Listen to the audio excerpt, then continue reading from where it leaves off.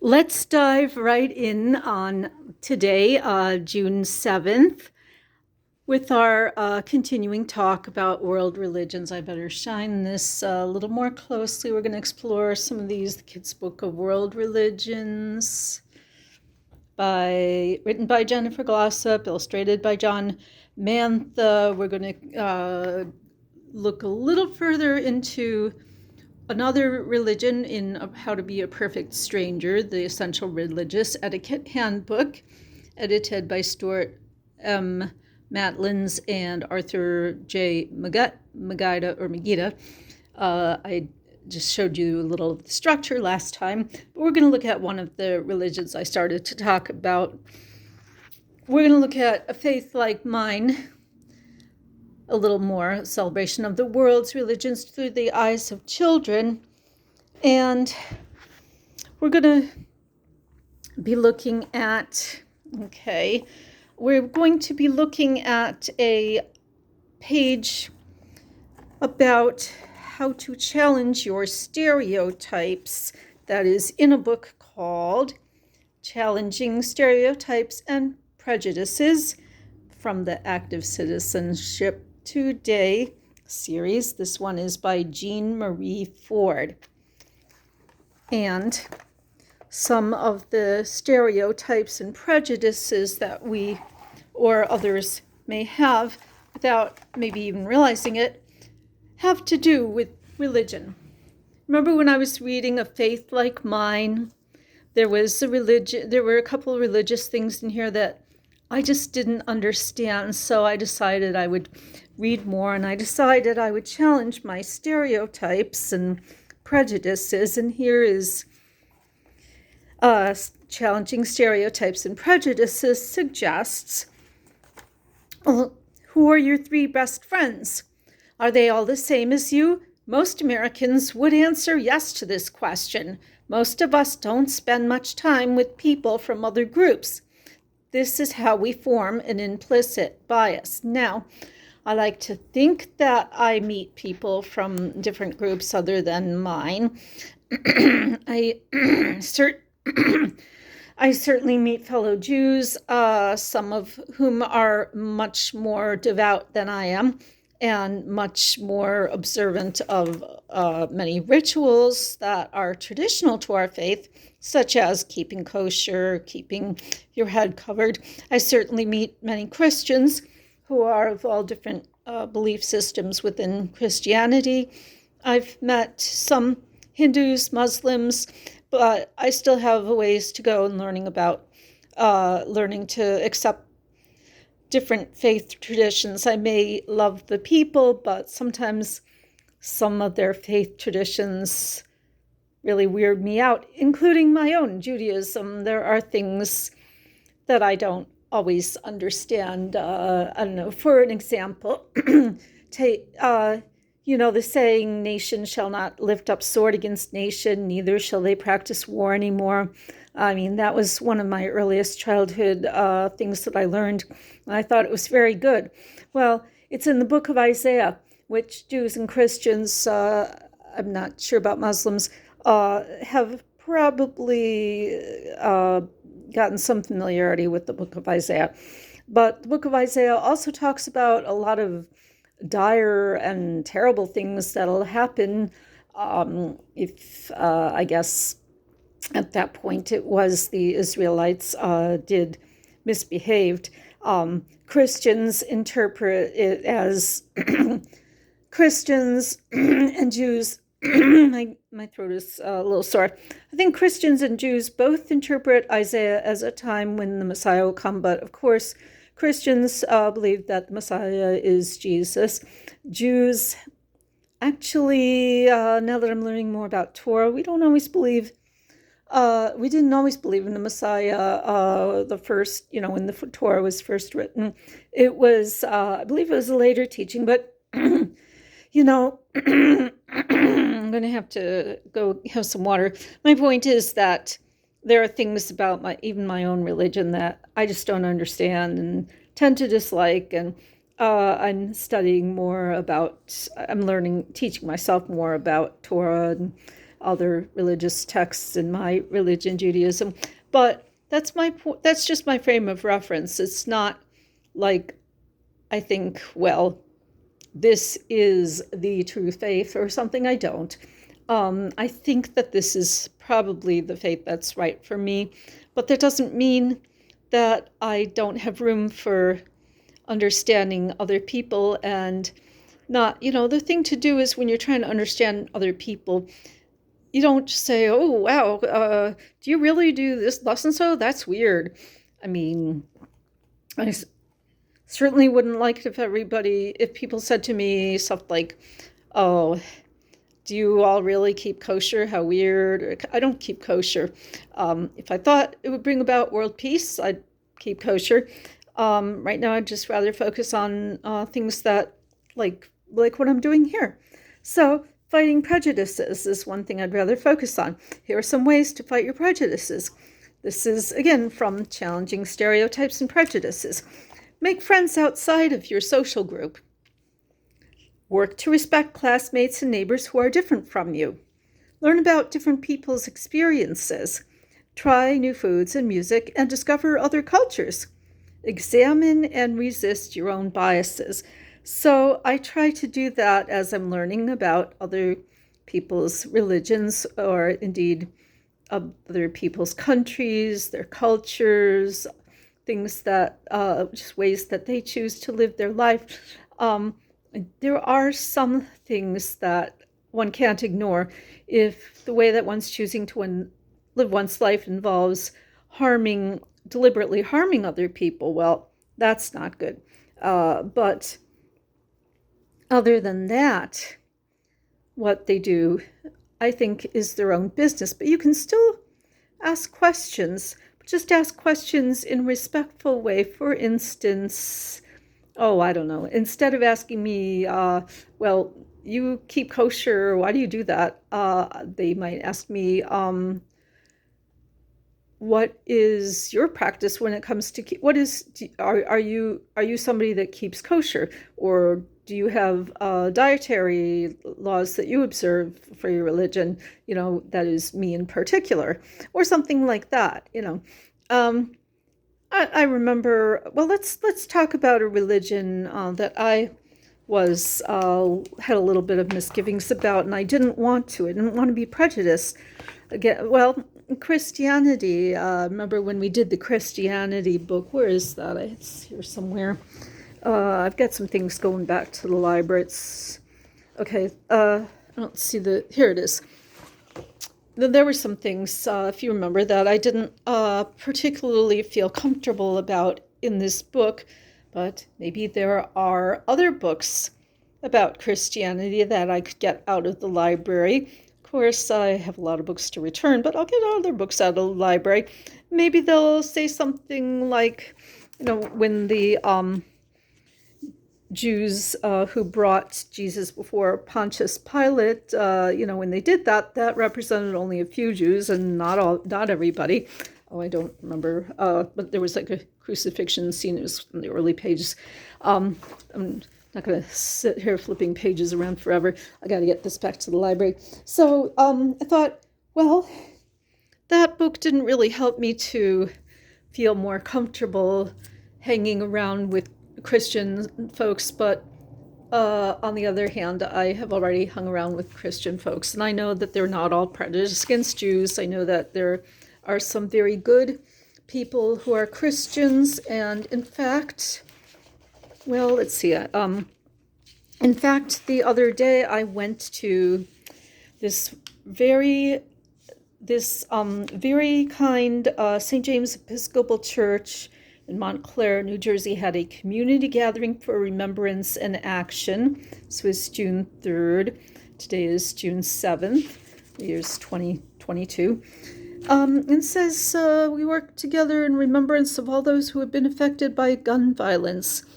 And however, the act of remembrance can become even more important by taking action. This booklet provides just a few resources to help raise awareness of all the ways we might make our own world safer and healthier for all. And then they give some things that you can do, ways to take action, march for our lives, petition. Talks about writing to your elected officials. Now, a religious organization such as a church, a synagogue, whatever, has to be careful about how they when they talk about or have or when they talk about political stuff. You can't endorse a particular political candidate. For one thing, you'll lose your tax-exempt status as a religious institution. This is kind of grown-up stuff, but I'm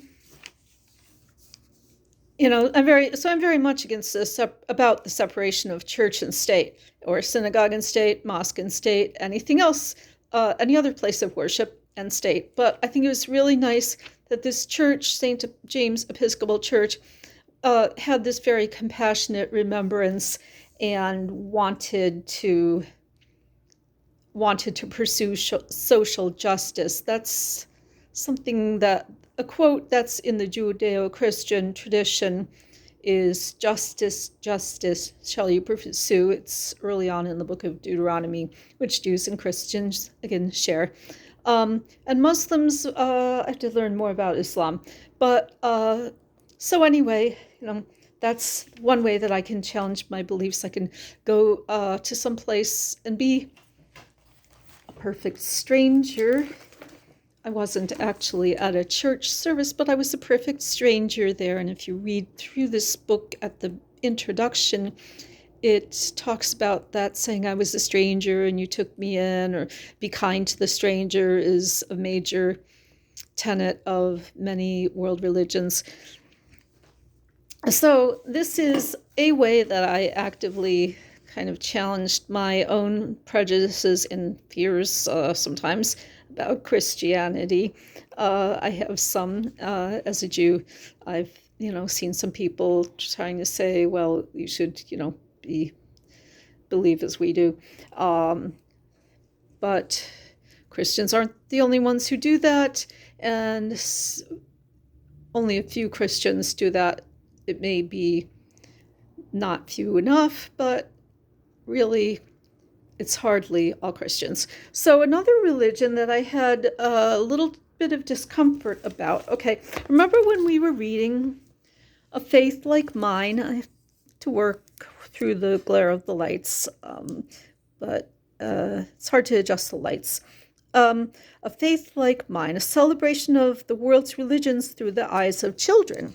Now remember the part about it being through the eyes of children. Oh, we get a very happy Christmas scene.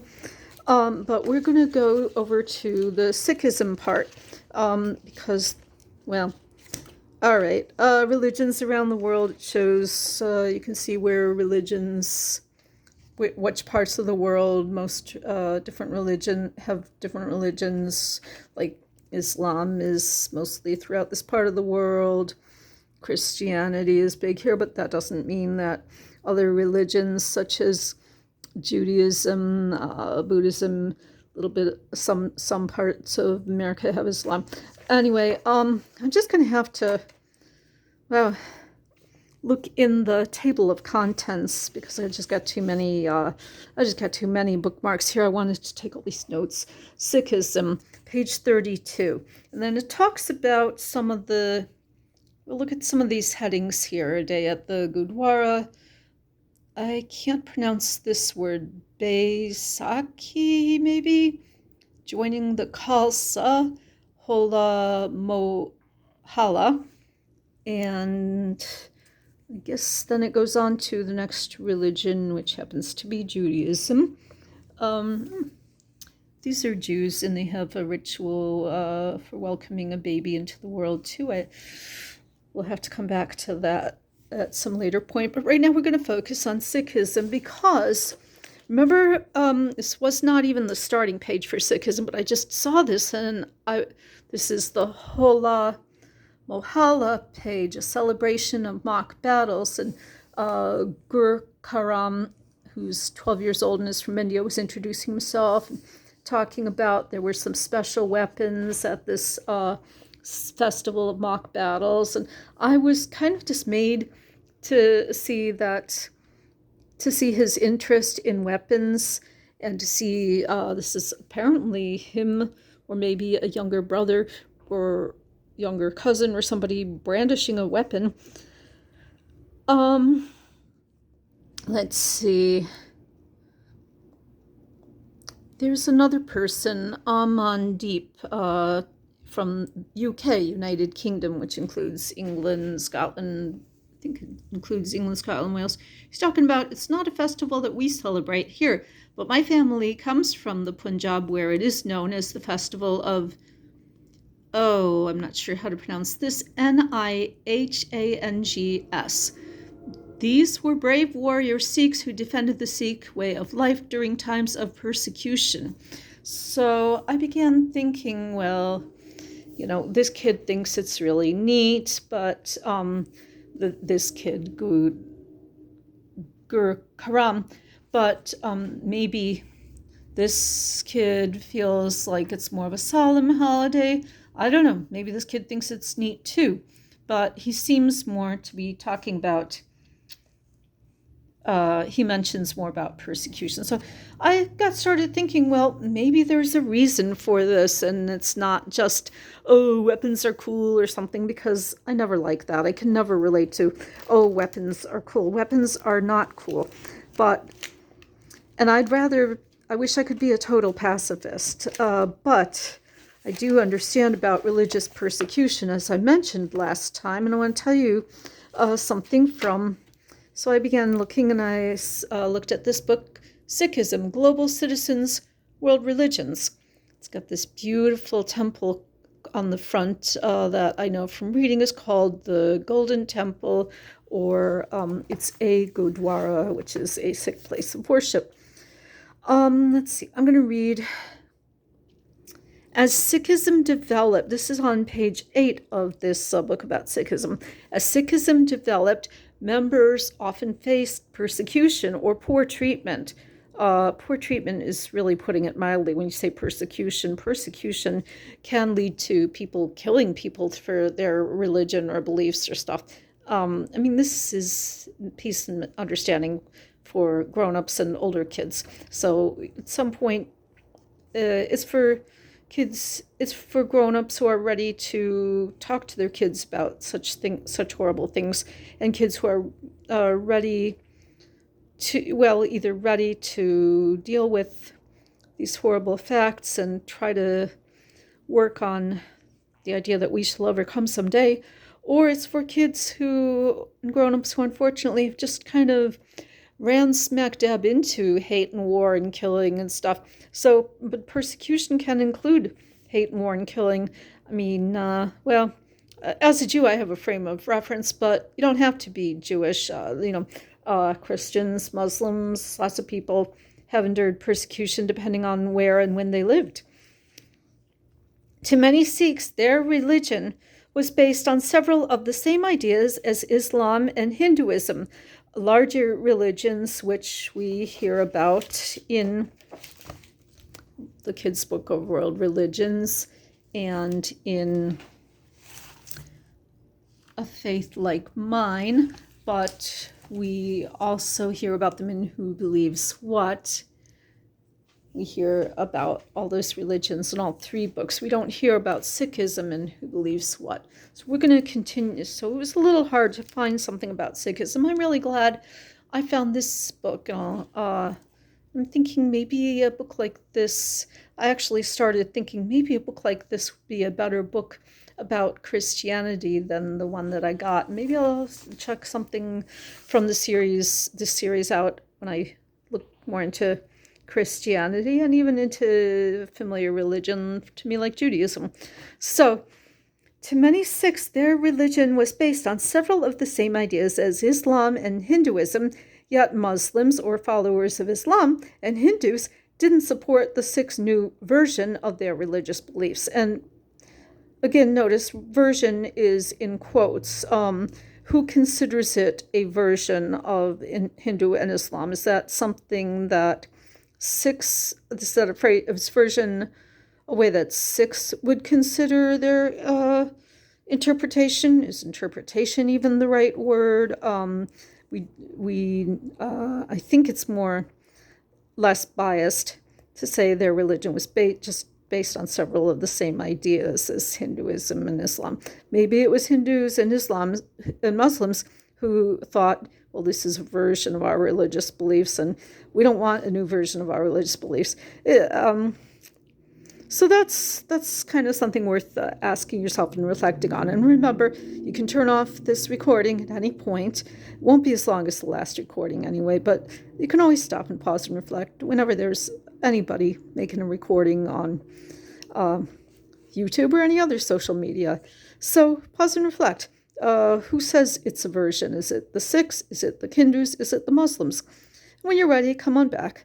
Okay, well, I'm going to tell you a little more about... Okay, Sikhism developed about 500 years ago. I know that from my other reading. And then it continues here. Guru Arjan was working on the Guru Granth Sahib, and I hope I pronounced that right, correctly. It's the italicized words. Guru Granth Sahib in 1606. That was a little more than 500 years ago.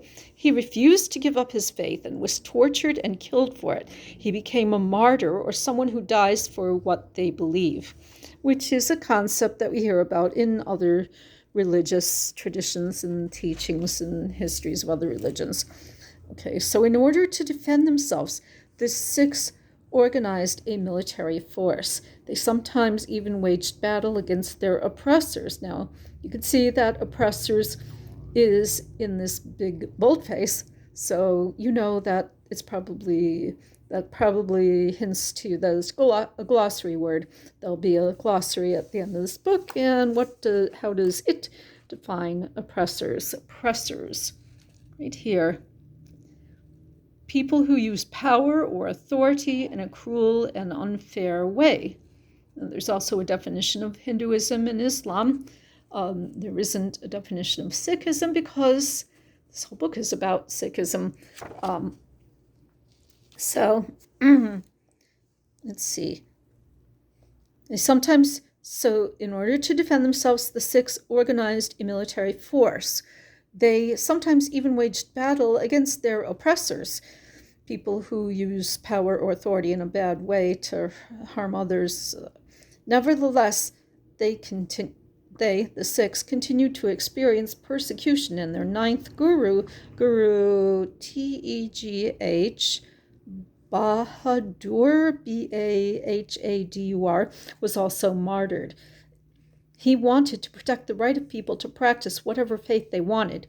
He believed strongly in human rights and in the freedom of religion. So that explains some of the background. Now, you might be saying, well, two wrongs, a common reaction, I don't know, your reaction or mine might be something like, well, two wrongs don't make a right, and if you answer violence with violence, it only escalates violence. And I would so like to believe that.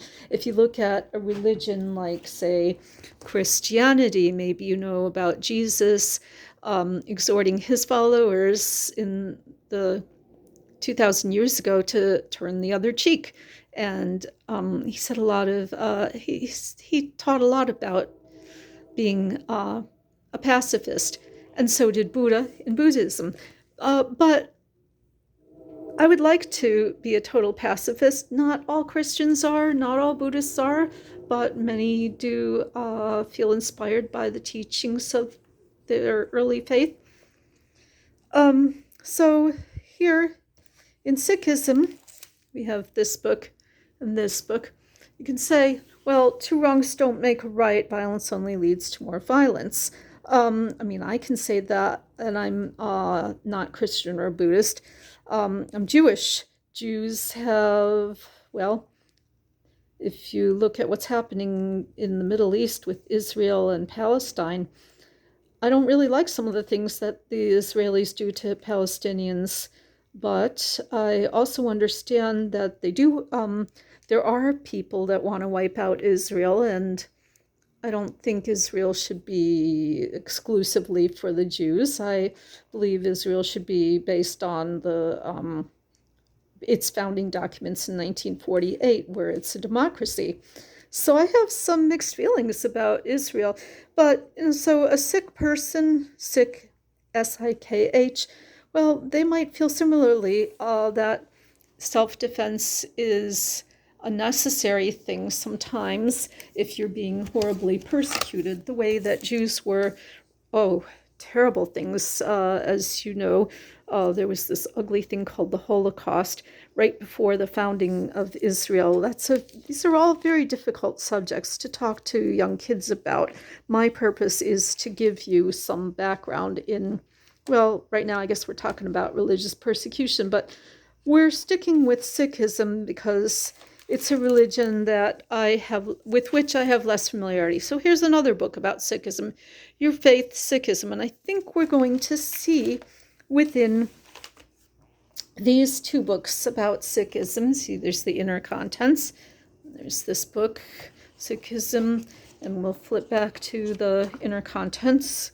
So here, this is this book here, Sikhism, Global Citizens, World Religions. It looks like it has a simpler table of contents and a glossary. This one has a few more pages. It has a glossary and an index. This one actually also has an index. Okay, so I think there are more words per page here, and we'll come back to this. I hope you'll just take a moment to look at the contents while I go ahead and I flip to a section in here that I want to tell you about. There are some really good things I think about Sikhism. I'm going to read you from this book, Sikhism, the Global Citizens, World Religions. I saw the light wasn't so great, so I adjusted my camera. The history and roots of the religion.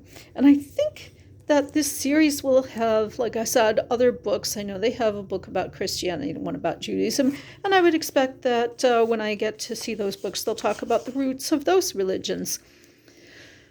Okay, well, it gives some general thoughts about religion in general. Since people have began recording history, they have written about the idea of a power greater than themselves. Thousands of years later, various beliefs in this power continue to shape both individual lives and entire cultures. Religion is the system people use to organize such beliefs, as well as faith traditions and rules for worship. So that paragraph right here might be something that would be in any of the books published in this series about any religion. Now, here is how Sikhism was started. Sikhism is an example of a major world religion. It is monotheistic, or based on the idea that there is only one true God. Well, that's true of Judaism, Christianity, Islam, and as we can see, Sikhism. Now, there are other religions that believe in more than one God. Hinduism is a good example. I try not to judge, even though Jews are very big on. Jews are, I guess, the oldest major or known religion to believe in there being just one God, and very much against idol worship. But I'm not going to judge people who believe in multiple gods or goddesses. There are a lot of other religions like that among Celtic people of old, Norse people of antiquity. Anyway, Sikhism is a monotheistic religion. Sikhs, or people who practice Sikhism, focus on performing good deeds, it's a glossary word, as a way to love humanity. They believe this is a more important part of their faith than forcing members to observe strict religious rituals. Well, I think that sounds very nice. The good deeds are more important than the rituals. The Judeo-Christian Muslim beliefs that we in the Western Hemisphere, I guess, tend to know more about than the Eastern religions. Well, sometimes they believe more in deeds than rituals. Sometimes they believe more in rituals than deeds. It really depends on I think it depends largely on what congregation you go to. But, and I'm not sure, this might be a generalization that Sikhs are more interested in good deeds than in rituals. I'm sure there are some rituals, and I'm sure there are some Sikhs that really emphasize rituals. But this is one book, and this is one point of view. And it's something to inquire about further. Okay, one of their so with Sikhism, and Sikhs who practice Sikhism, one of their main goals is to always keep God in their heart and mind. Other goals involve demonstrating honesty, hard work, equality, generosity, and service. They try to earn honest livings and always share with the needy. Now, there's a picture of Guru Nanak. He was the founder of Sikhism. Is he the one who this book describes as having been martyred?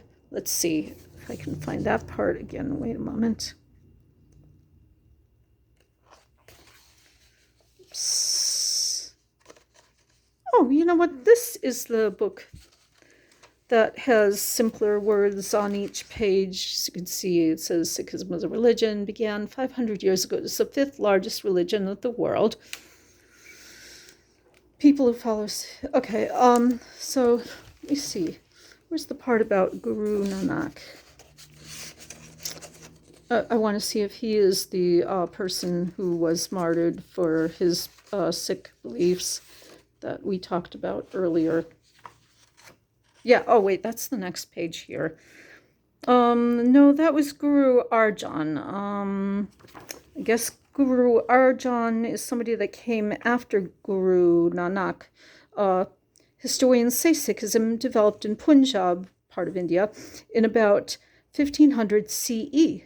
CE means the same thing as AD, and there's B, and people sometimes say BCE for BC. In fact, this book, Christianity, does have a note about it in the front. Right here. The Christians number years as either BC, before Christ, or AD, Anno Domini, Latin for in the year of our Lord. In this series, however, years are described as being either BCE, before the Common Era, or CE, Common Era. The year numbers are the same in both methods. So you could say that this is the year of our Lord, or AD 2022, or you could say that this year is CE 2022. So back to here, the Common Era of 1500 is when Sikhism was founded by Nanak, who lived from 1469 to 1539. Oh boy, I don't know, somebody's getting some text message. Nanak was born into a family that practiced Hinduism, but he rejected it. He also studied other religions, including Islam. Hinduism and Islam, they're both highlighted, or they're both in bold-faced here. We saw that they were in the glossary already. Okay, let me see. Is this the next page? No, it is not. Here's a page right here. Okay. Yet he questioned and often opposed some of these religions, ideas, and habits. For example, Nanak disapproved of the caste system that existed within Hinduism that ranked people into different social classes or groups, because those in the bottom classes did not have the same rights or privileges as those at the top. And he also criticized how in some religions, rituals such as fasting and pilgrimages were religious requirements. Fasting and pilgrimages are features in Islam. According to Nanak, everyone is equal in God's eyes. In addition, he taught that all people had the ability to form a relationship with God. Nanak said that this relationship didn't depend on social rankings and forced religious rituals. And then then it talks about a period of persecution. 9 other gurus came after Nanak between the 16th and 18th centuries, and during this period, Guru Arjan, the 5th Sikh guru, compiled scriptures or holy writings called, this is going to be about holy writings, called the Guru Granth Sahib. Before his death, that last human guru of the Sikhs ordained that from now on, Guru Granth Sahib would be their spiritual guide. And then there's a little section here about the Sikh scriptures, the Guru Granth Sahib. And here is a picture of the book the Guru Granth Sahib. It is a holy book. If you are a Christian, you are probably familiar with a version of the Bible as the holy book of your faith. For instance, some Christians use the King James Bible. Others use the New International Version. A Christian Bible includes both the Old and New Testaments. If you're a Jew, then your holiest book is the Torah. The Torah is, as some of you may know, a book that's contained within scrolls. It's very ancient, so they didn't have pages in a book like this. They had scrolls. And the Torahs today are still compiled in scrolls. And it contains the first 5 books of what Christians call the Old Testament. Jews don't call it the Old Testament, but they would probably call it the Jewish Bible or the Hebrew Bible. There's a lot of things to look up even within my own religion. So for those of you of other religions, there are probably more things you can learn about your religion. Anyway, I just think it's really neat that the first guru, Nanak, wanted equality. He didn't want a caste system. He didn't want all these rituals. He wanted a focus to be on deeds. And there are developing questions in this book, Global Citizens World Religions series, that I think I think there'll be other developing questions within the series as we read about other religions within this series. But right now, this one is the Sikhism book, and we'll get the other books later on. And it says, why did members of other religious groups, such as Muslims and Hindus, see Sikhism as a threat? Why does religious persecution ever occur? What specific Sikh beliefs did Muslims and Hindus disagree with? What connection existed between religion and politics when Sikhism first developed in Punjab? The first 2 questions are compelling questions. They don't have straightforward answers, yet compelling questions often trigger interesting discussions and debates. Meanwhile, the 3rd and 4th questions are supporting questions. They have more clear-cut answers and are often used to form responses to compelling questions. Well, if I had somebody else filming me, I could have teachers don't have chalkboards anymore like when I was a kid in school. They have probably whiteboards or overheads, but I could make a little simple diagram that shows, what kind of questions? The first 2 questions are compelling questions, no straightforward answers. The compelling questions versus supporting questions. I could highlight that because it kind of is lost in all this print here. And that is good. Compelling questions and supporting questions are something good to think about. But, this kind of for people who are listening to this channel, you might think about compelling questions and supporting questions. If you're helping younger kids to understand about a new religion like Sikhism, you might want to go to something simpler like this book, Your Faith, Sikhism. And I imagine that this book, too, is part of a series that, Your Faith Christianity, Your Faith Hinduism, Your Faith Judaism, Your Faith Islam. So it is a series. But the Sikhism book within this series, it's pretty simple. It says, the 10 gurus. Sikh people believe that Guru Nanak was the first guru, and after him there were 9 other human gurus. The 10 gurus created the religion of Sikhism. The gurus taught people how to live a good life and become close to God. And so it's got simpler text. You can little kids might start to ask questions. 4, 5, 6-year-old might ask a question, why is this man wearing this blue thing on his head? And it's a turban, and it actually is an important part of practicing Sikhism, and there will be Sikhism books, perhaps this simple one that explains why.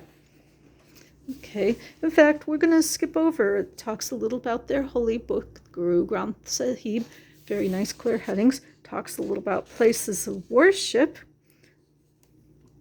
A Sikh place of worship is called a Gurdwara. I hope I pronounced that right, Gurdwara. Anyone can anywhere can be a Gurdwara as long as the Guru Granth Sahib, that's the holy book in Sikhism, is there, and it is shown respect. Okay, tell us a little more about, and there's the most special Gurdwara, the Golden Temple in the country of India. Wow, it looks dazzling, that water with the reflection. Let's see, in the temple, you must, in a place of worship for Sikhs, you must take off your shoes and cover your head. This is really easy to read through. There's talks about one of their ceremonies, the Amrit Ceremony.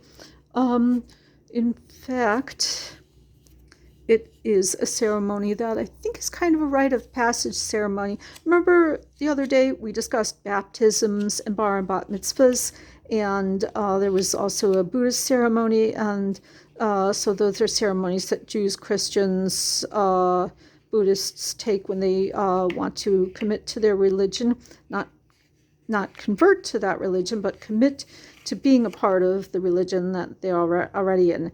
I guess in many religions, if you're going to convert to a religion, there may be this ceremony or a different ceremony for you. But this is the Amrit ceremony. A Sikh who has taken Amrit is called a Khalsa. And what's a Khalsa? It explains that. Okay. We were talking about turbans, why the men are often seen in these pictures wearing turbans. Well, this man is not. But it is important to Sikh people to have the 5 Ks with them at all times. The 5 Ks are Kes, uncut hair, Kanga, a wooden comb to keep it neat. Oh, and it talks about, well, Kachera, an undergarment, Kara, a bangle or bracelet, very simple words, lots of pictures here, Kirpan, a short sword. So this might be a good introductory book. It's much simpler text than this other one. This page also talks about these things. Let's see. It says the first 4 Ks symbolize holiness, cleanliness, an ongoing connection to God, and self-control. And the first 4 Ks are the uncut hair, Kesh, the wooden comb, Kanga. So that the uncut hair, I guess, would be holiness. The Kanga, the wooden comb, would be cleanliness, keeping your hair neat. A Kara, a steel bracelet, is the third thing, the third symbol, the ongoing connection to God. And the Kachera, cotton undergarments, are for self-control. Okay, it's now the Kirpan, the sword that we see here and here. In modern times, the Kirpan is not used as a weapon. Instead, it is a reminder of the Sikhs' struggle against injustice. Sikhs who have entered the Khalsa, we talked about, that's when you do that ceremony that shows that you're really committed to being a Sikh and you made that decision by yourself. And so Sikhs who have entered the Khalsa, we also wear a tied turban. This is a long cloth that is wound around their head to cover their hair and is mostly worn by men. So mostly. It says women are not required to wear a turban, but some do. In Sikhism, the turban is a symbol of dignity, self-esteem, and royalty. Dignity is one of those glossary words. Remember, we're in this book. This is Global Citizens, World Religions, a bit more advanced than the Your Faith series, which I also look about Sikhism. This one has a glossary, and let's see, in this glossary, dignity, there. The quality or manner that makes a person worthy of honor or respect. So I hope that this has taught you a little about Sikhism. I'm going to have to see what holidays that Sikhism has, because as I do some of the holidays that are more familiar, Christmas, Hanukkah, perhaps Diwali is a Hindu winter festival. We know a little about Ramadan and Eid al-Fitr, that come at the end of Ramadan. I want to see this section back here about, festivals, Sikh festivals, and see what books I can find in the library about them. We already know about Hola Mohalla, a festival of mock battles, and we've discovered that it's not that Sikhs as a whole are necessarily all that big on, oh, weapons are really cool. I mean, maybe this kid is, but maybe he'll outgrow it. I hope so. But they do care about freedom from persecution. There's a picture of the turban being put on, and it talks more about joining the Khalsa. This is a 14-year-old who has decided to join the Khalsa. And you can read this section as I look for the beginning. And here too it says, the kirpan the sword, isn't a weapon, but stands for justice. The kara, a steel bangle, shows God's unending strength. It says more about most Sikhs wearing a turban. It shows how they put the turban on, how they wind the cloth around and round.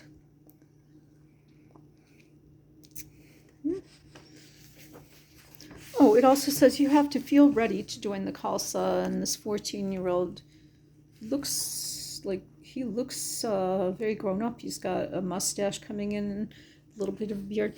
But he says you have to feel ready to join. He says, I think I will join the Khalsa a little later in life when I have completed my school studies. I've talked with my grandparents about this, and they have the same feeling. They joined a few years ago, so even though they were old enough to be grandparents, they only joined a few years ago. And he says girls as well as boys can join. I like the fact that in Sikhism they talk about men and women being equal, and that seems to be a big feature. Although you do see men doing most of the stuff, like being Khalsa and stuff. But, well, let's see. Here's a, oh, wow, she's 9 years old. She's not dressed as a bride, I don't think. But she says, most memorable day of my life so far was when I visited the Golden Temple in Amritsar, and that I think is this picture. This is the Golden Temple, and that's in this book. Okay, I cannot describe the feelings I had that day. I try to remember that feeling on Baisakhi, the spring festival that celebrates the founding of the Khalsa. So we're at Baisakhi, spring festival that celebrates the founding of the Khalsa. They've got a Nagar Kirtan, a street parade. It starts and ends at the Gurdwara. The temple is led by drummers beating traditional Punjabi drums. Next come men playing Garka, a traditional martial art. I like watching the men swing their swords in mock fights. Everyone sings and follows the parade. Well, okay, you know what? We've just actually gotten past Memorial Day. Today is June 7th. Memorial Day was May 30th, last Monday. You know, like many of you, there may be a ceremonial firing of a gun or a cannon on Memorial Day commemorations. It's a very solemn holiday, Memorial Day. So sometimes I think if you don't like something that somebody else is doing, like I don't like the mock fights and the swords and all that, think about, instead of thinking, well, they're so much different than us, think about, well, am I sure that they're so different than us? Maybe in some ways we're a lot the same. So I can still really dislike war and want things to be all peaceful, but I know that war and violence and defending oneself from other people who are committing violence against you is pretty universal. Now, as I said, some religions, Buddhists, early Christians, Christ himself, and Buddha, they certainly preached peace, but even they're hardly immune from violence. We think of Buddhism as being fairly nonviolent. We think of some branches of Christianity, such as Quakerism. Let's turn more towards the Christianity book, as being fairly nonviolent. But really, we all have faults. We all wish that we could do things better. We wish that we didn't have